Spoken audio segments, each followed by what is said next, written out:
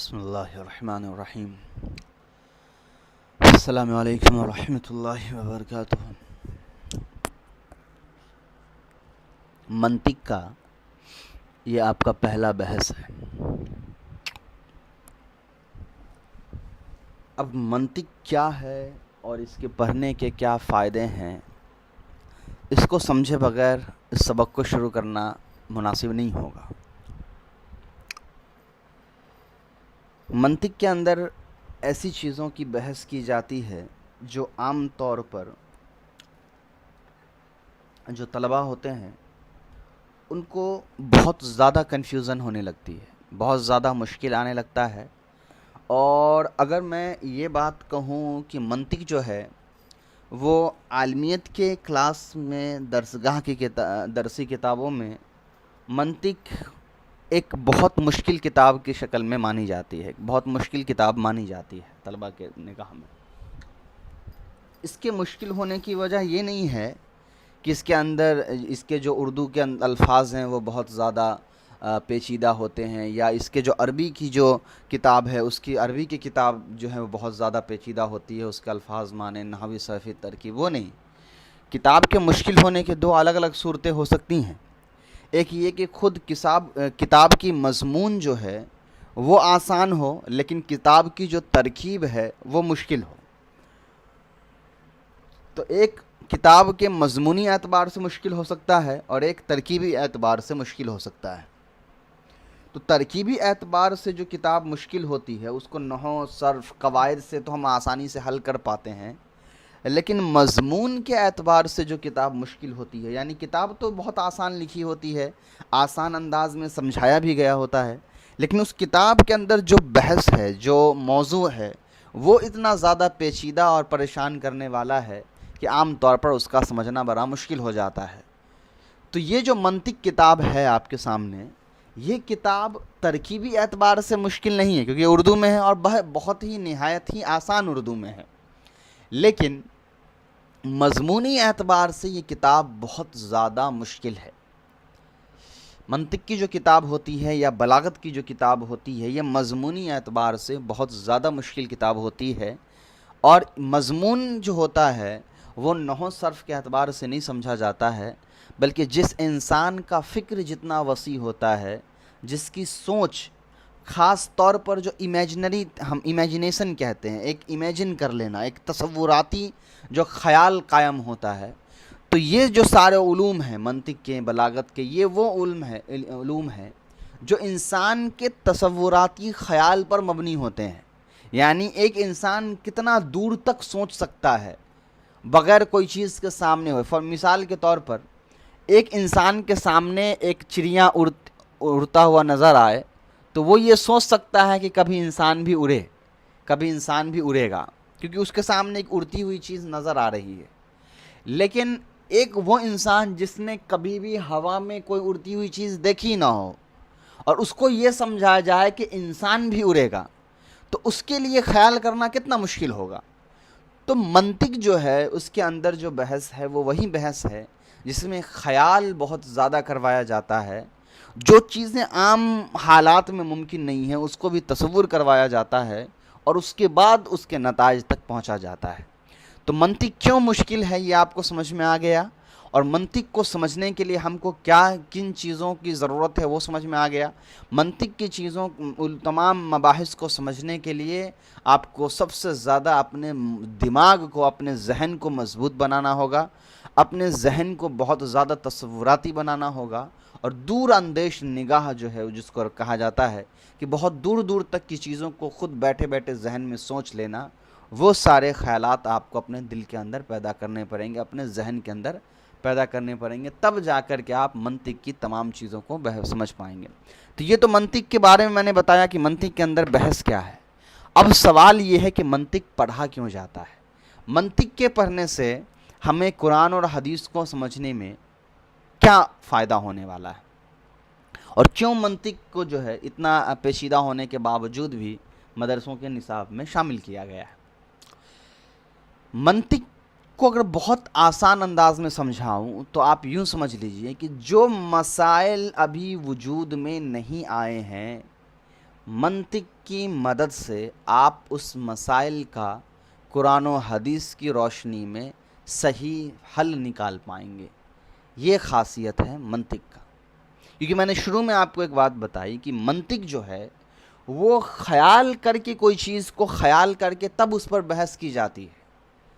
تو منطق سیکھنے کے بعد آپ یوں سیکھیں گے کہ دو چیزیں جو وجود میں نہیں بھی آئی ہیں آپ اس تک پہنچ سکتے ہیں. جو چیزیں وجود میں نہیں آئی ہیں ان چیزوں کا کیا حل ہے اس تک آپ پہنچ سکتے ہیں.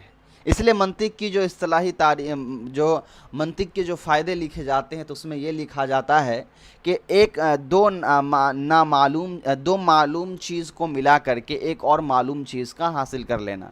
اس کو میں مثال کے طور پر آپ کو سمجھاتا ہوں تو سمجھ میں آئے گا. جیسے مان لیا جائے کہ ایک آدمی ہے زید جو جمعہ کے دن مسجد میں بیان کرتا ہے. ایک آدمی ہے زید جو جمعہ کے دن مسجد میں بیان کرتا ہے. یہ اس کا عام معمول ہے. اب میں اپنے دوست سے کہہ رہا ہوں جس کو بھی معلوم ہے یہ ساری باتیں کہ زید جمعہ کے دن مسجد میں بیان کرتا ہے. اس کو میں کہہ رہا ہوں آج جمعہ ہے اور زید مسجد میں ہے. تو اس کو میں نے کہا آج جمعہ ہے اور زید مسجد میں ہے. تو یہ دو باتوں کو اس نے سنا تو وہ اپنے آپ ایک تیسرے نتیجے پر پہنچ جائے گا کہ اچھا اس کا مطلب آج زید بیان کرے گا. کیوں اس نتیجے پر وہ کیوں پہنچ رہا ہے؟ کیونکہ اس کو اس چیز کا علم ہے کہ زید جو ہے وہ جمعہ کے دن مسجد میں بیان کرتا ہے. اب میں نے اس کو پورا علم نہیں دیا بلکہ اس کو دو اشارے دیے, دو معلوم چیز اس کو بتا دیے کہ آج زید ہے اور زید مسجد میں ہے. لیکن میں نے اس کو یہ نہیں بتایا کہ آج زید بیان کرے گا. لیکن چونکہ اس کو علم ہو گیا دو نامعلوم چیزوں کو ملا کر کے ایک معلوم چیز اس نے نکال لیا کہ اس کا مطلب یہ ہے کہ زید آج مسجد میں بیان کرے گا. یہ ابھی آپ کو سمجھنا نہیں, میں نے صرف ایک مثال دی ہے. تو منطق کا یہ فائدہ ہوتا ہے قرآن و حدیث کو سمجھنے میں جو میں نے آپ کو بتایا کہ جو چیزیں ابھی وجود میں آئی بھی نہیں ہوتی ہے اس کو خیال کر کے دوسری جو چیزیں پہلے سے جو مسائل موجود ہیں, جو نص موجود ہیں, جو دلائل موجود ہے قرآن و حدیث کی روشنی میں, قرآن و حدیث کی شکل میں, ان دلائل کے بنا پر ایک نئے مسئلے کو ایجاد کیا جاتا ہے اور اس کا حل بتا دیا جاتا ہے. تو جس کو منطق کا حل کا علم نہیں ہوگا وہ قرآن اور حدیث سے مسائل کو کبھی بھی استنباط نہیں کر پائے گا. قرآن اور حدیث سے مسائل کو صحیح طریقے سے نکال نہیں پائے گا یا دور تک کی چیزیں نہیں سوچ پائے گا. ہمارے فقہا نے ایسے مسائل کو نکالا ہے جو مسائل اس زمانے میں وجود میں بھی نہیں تھا اور آج بہت مشہور ہو گیا ہے. تو انہوں نے خیال کیا کہ یہ ہوتا ہے اور اس کے بیسس پر انہوں نے نکالا. تو جن لوگوں کا منطق پر پکڑ ہوگا وہ قرآن و حدیث سے جب مسئلے نکالیں گے, قرآن و حدیث سے جب قیاس کریں گے ساری چیزوں کو, اس میں وہ غلطی نہیں کریں گے بلکہ ان کو وہ سارے اصول معلوم ہوں گے. بلکہ آج کے دور میں یہ ہوتا ہے کہ ہم اپنی بات کو ثابت کرنے کے لیے بہت بار غلط تحقیق کر لیتے ہیں اور اس سے ایک غلط نتیجہ نکال لیتے ہیں, ایک غلط رزلٹ جو ہے وہ ہم نکال لیتے ہیں. منطق کا علم ہوگا تو آپ کو اصول معلوم ہوں گے, ساری چیزیں معلوم ہوں گی کہ دو معلوم چیز ہے بھی تو اس سے ایک تیسرا نتیجہ کیسے نکالی جائے. تو یہ ساری جو بحثیں ہیں وہ منطق کی ہیں. اس لیے میں نے آپ کو پہلے بتایا کہ منطق بہت پیچیدہ جو ہے وہ فن ہے اور اس کو سمجھنے کے لیے آپ کو بہت زیادہ خیالی دنیا میں جانا ہوگا, خیال کرنا پڑے گا, ذہن میں بہت ساری چیزیں لانی پڑیں گی کیونکہ اس کے پورے جو بحث ہیں وہ خیالی ہیں. ٹھیک ہے, چلیے تصورات کی بحث. پہلا سبق, علم اور اس کی قسمیں. علم کسی چیز کی صورت کا ذہن میں آنا, جیسے کسی نے بولا زید اور ذہن میں ایک صورت آ گئی تو یہ زید کا علم ہے. علم کی دو قسمیں ہیں, تصور اور تصدیق. تصدیق اس بات کا علم ہے کہ فلاں چیز ہے یا فلاں چیز نہیں ہے. جیسے یہ جاننا کہ زید عمر کا باپ ہے یا زید عمر کا باپ نہیں ہے.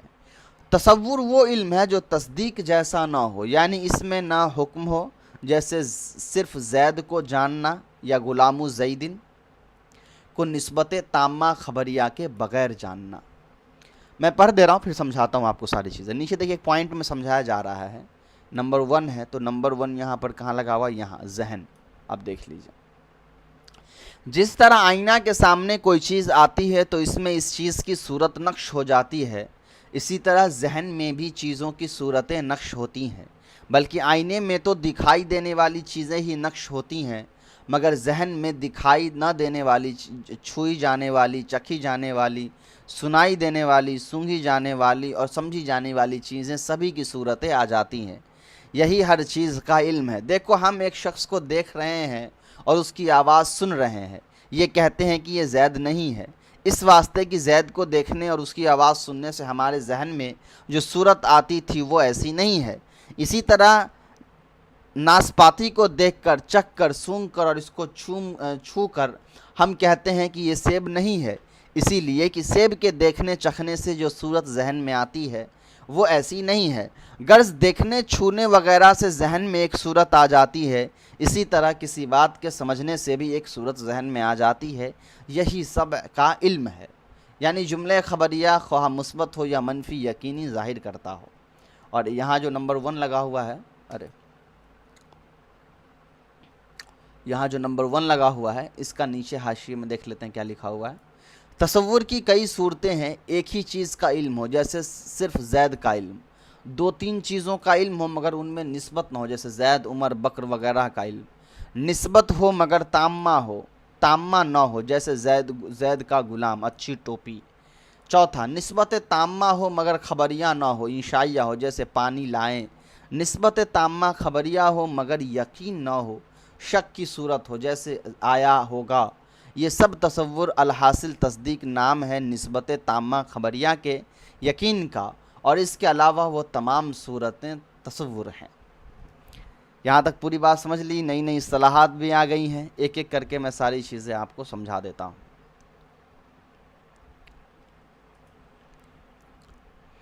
یہاں پہلا سبق آپ کو بیان کیا جا رہا ہے، علم اور اس کی قسمیں۔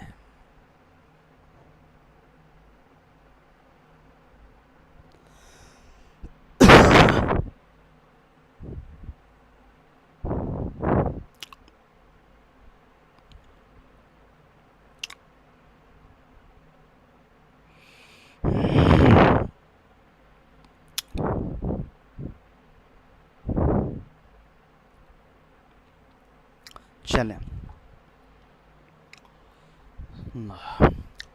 اس کو سمجھنے کے لیے آپ کو پہلے سمجھنا ہوگا، پہلا سبق ہمارا ہے علم اور اس کی قسمیں۔ علم عربی زبان کا ایک لفظ ہے، عربی میں اس کے معنی ہوتے ہیں جاننا۔ اب آپ کو یہاں انہوں نے سمجھایا یہ جاننا جو ہے علم، یہ 2 طرح سے ہو سکتا ہے، ایک تصدیق اور ایک تصور۔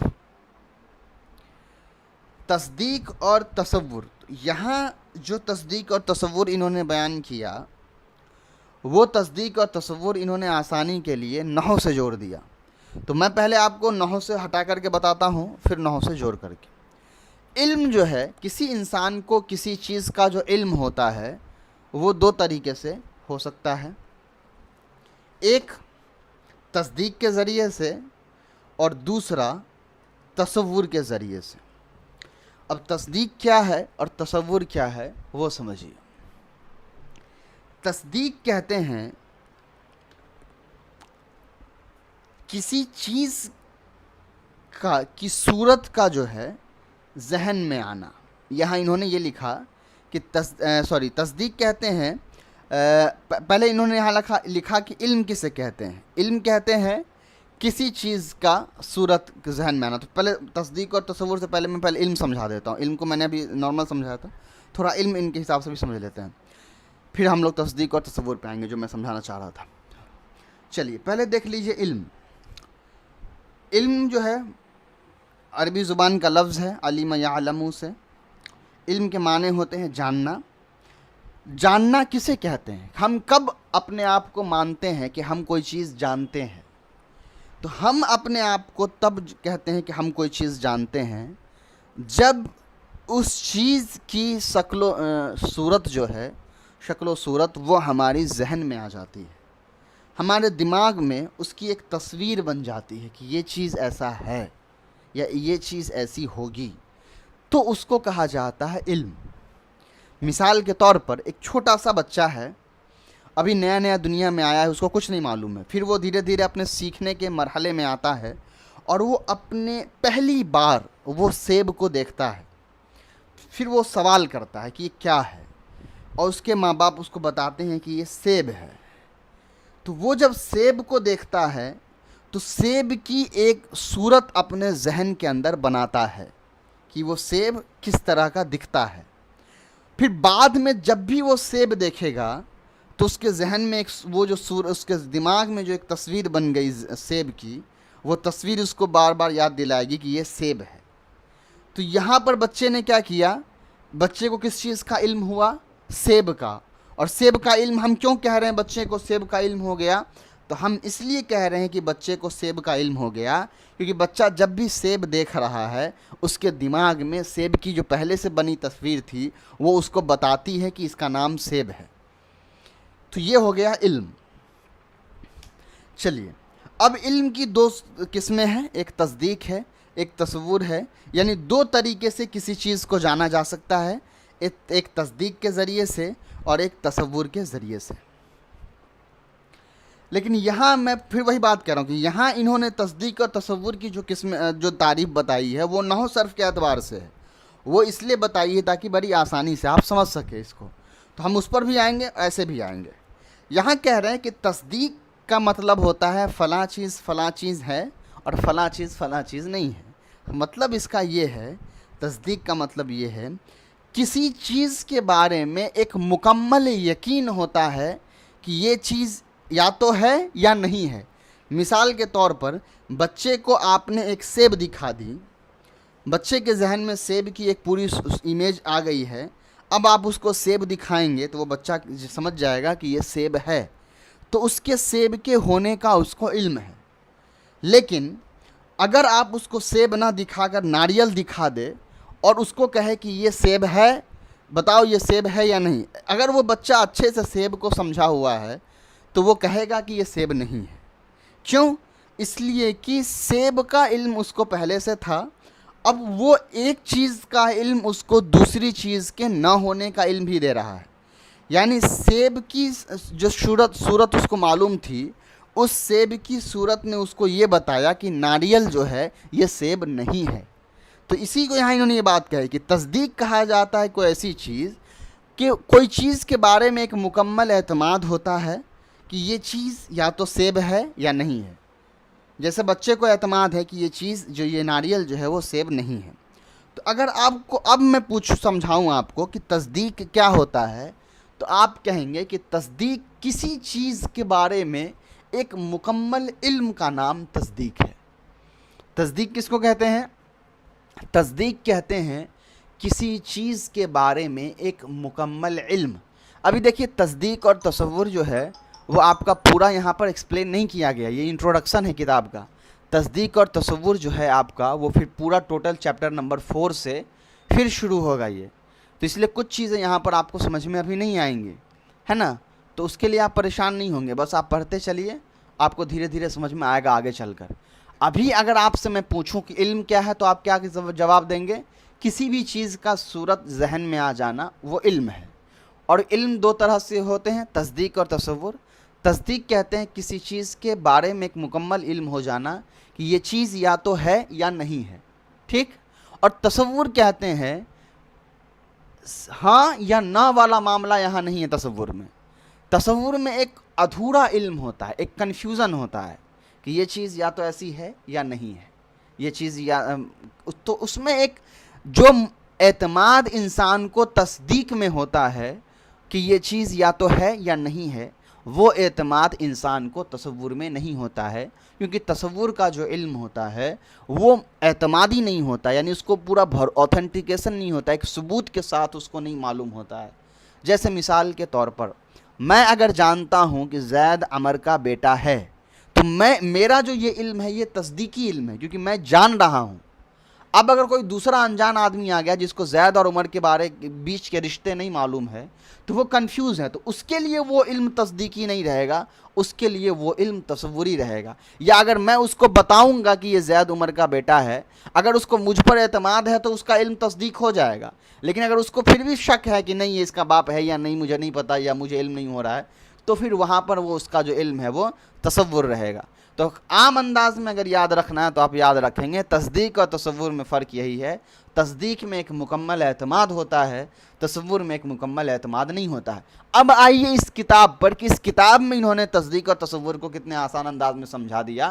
نحو صرف آپ پہلے سے پڑھ کے آئے ہیں، اس لیے میں سمپلی بتا دیتا ہوں۔ جملے دو طرح کے ہوتے ہیں، ایک مکمل جملہ اور ایک ادھورا جملہ۔ مکمل جملہ جو ہوتا ہے وہ تصدیق ہوتا ہے، اور ادھورا جملہ جو ہوتا ہے وہ جملہ ناقصہ، وہ سارے کے سارے تصور ہوتے ہیں۔ اب جملہ تامہ کی آپ نے جملہ ناقص کی آپ نے دو قسمیں پڑھی ہیں، آپ نے میرے حساب سے میں نے جیسا پڑھا ہے آپ کو کہ موصوف صفت اور مضاف مضاف الیہ، لیکن اس کے علاوہ بھی جو امر والے جملے ہوتے ہیں اس کو جملہ انشائیہ، دعائیہ، لعل وغیرہ والا جو جملہ ہوتا ہے وہ سارے الگ الگ آتے ہیں۔ جملہ انشائیہ ٹوٹل 10 قسمیں ہوتی ہیں جملہ انشائیہ کی، وہ سارے کے سارے آپ نے نحو میں پڑھا بھی ہے۔ ویسے علم النحو کی کتاب اگر آپ کے پاس ہوگی تو آپ یہ دوسرے یا تیسرے پیج پر ہی آپ کو یہ مل جائے گا، جملہ انشائیہ کے 10 قسمیں، اس میں وہ ساری چیزیں ہیں، امر، نہیں، دعا، تمنی، ترجی، بعت اشتریت، بیت، عقود، یہ سارے اس میں ہیں۔ تو اب ان کے یہاں کتاب کے نحو صرف کی اصطلاح میں کیسے تصور اور تصدیق کو سمجھیں گے؟ جو جملہ مکمل ہے یعنی جملہ تام ہے وہ تصدیق ہے، جو جملہ ناقص ہے وہ تصور ہے۔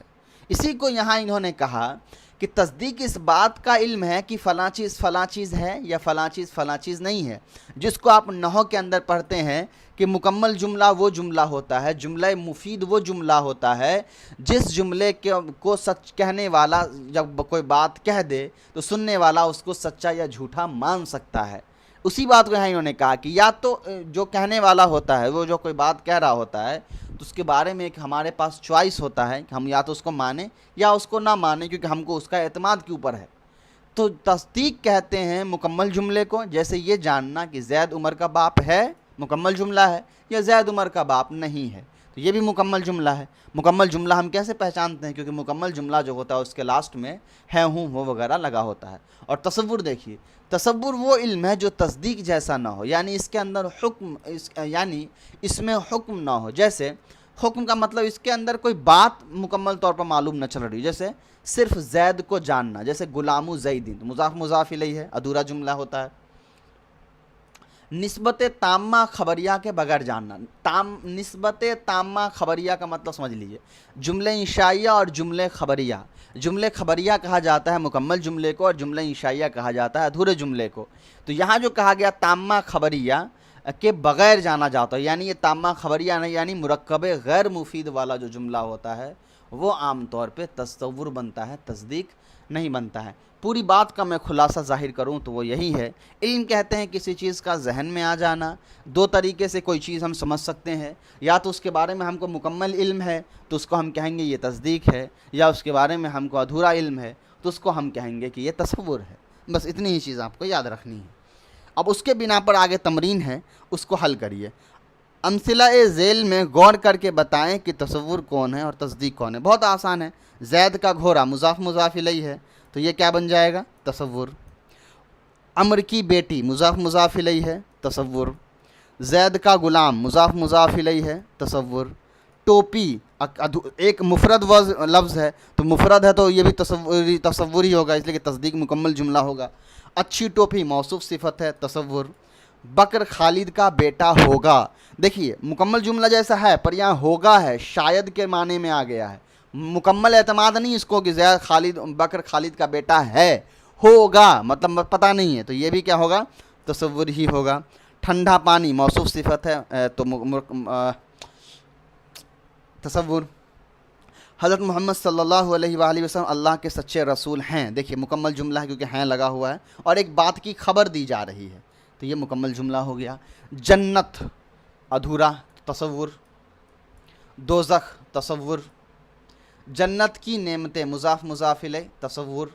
دوزخ کا عذاب مضاف مضاف الیہ تصور، جنت برحق ہے لگا ہوا ہے مکمل جملہ ایک خبر ہے تصدیق، قبر کا عذاب برحق ہے تصدیق، دہلی تصور، مکہ معظمہ تصور. ہو گیا؟ تو آپ سمجھ گئے یہ پہلا سبق تھا اس لیے میں نے بہت ایکسپلین کر دیا ہے. آگے آپ پڑھیں گے تصور و تصدیق کی قسمیں، یہ دوسرا سبق رہے گا انشاءاللہ، اس کو آپ اچھے سمجھ جائیں گے. السلام علیکم ورحمۃ اللہ وبرکاتہ.